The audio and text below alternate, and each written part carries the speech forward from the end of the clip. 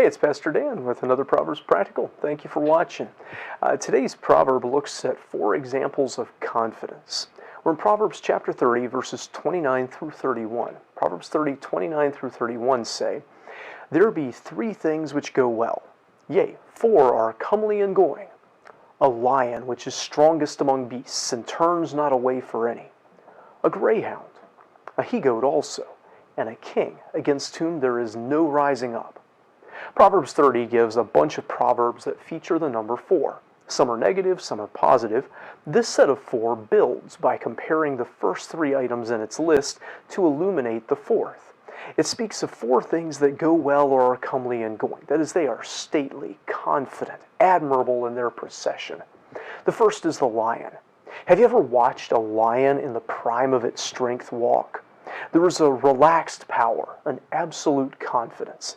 It comes from devastating strength and speed and the capacity for utter savagery when it's called for.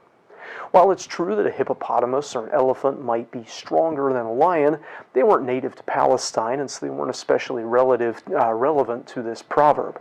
And for that matter, the lion doesn't often go into the water, and the elephant so rarely encounters the lion that in general, when you see a lion, it's not turning away from anyone or anything. The second one is the grayhound. Now, this is the only time this word is used in the Old Testament of an animal, so it's a little tricky to interpret. It's literally something that is girt in the loins or well knit in the loins. Some think it refers to a war horse, others to some kind of bird, 1 or 2 even a wrestler or soldier, but quite likely a dog like our modern greyhound was actually intended, with its lean hips and incredible speed. Although dogs were generally despised by the Jews, Arabs used a similar dog for hunting even lions, and Persians used them as well. Once again, there is latent speed, power, and confidence in the walk of such a dog. The final animal is the male goat. It seems specifically to be the buck goat that leads the whole herd. We don't usually think much of goats in our culture, but in theirs, they were a standard of strength, speed, and beauty at times. A male goat leading a herd would take on predators savagely. It could knock flat many an animal with a charge and a butt, and it could quite literally rip the guts out of others with a hooking motion of its horns. A buck that had defeated all challengers to the leadership of the herd would often walk out in front, all but daring anyone and anything to come at it, confident that it was strong enough and bold enough to face it. These all built up to the king, a king that no one could stand against. Such a king could walk with the confidence of the lion, knowing that he's strong enough to face any foe, the assurance of the greyhound that he is able to run down any prey, the leadership and courage of the buck that is capable of protecting his herd.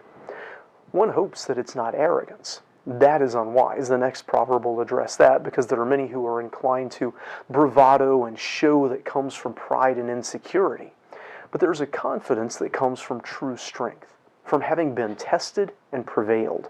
This is not the braggadocio of insecurity, but the genuine confidence begotten by testing and triumph. And this is the confidence that a leader should aspire to. It's not an absence of humility, but an awareness of competence and strength. It is no greater source than reliance upon the Lord and a dedication to righteousness. There's no need for arrogant show with the lion, the greyhound, or the buck.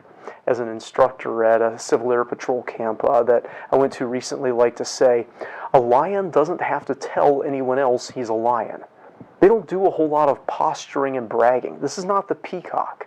They simply go where they go and do what they do with confidence and assurance. This should be our model, to go where God sends us with assurance and do what He tells us with confidence. And of course, in Christ, the power and the success aren't ours anyway. We have all power with us in the person of Jesus when we go where He sends and do what He says. I hope this video is a help to you. If so, give it a thumbs up. If you haven't already, subscribe to our channel for more comments from the Scriptures. Until next time, I hope you stay well and go confidently where God sends you.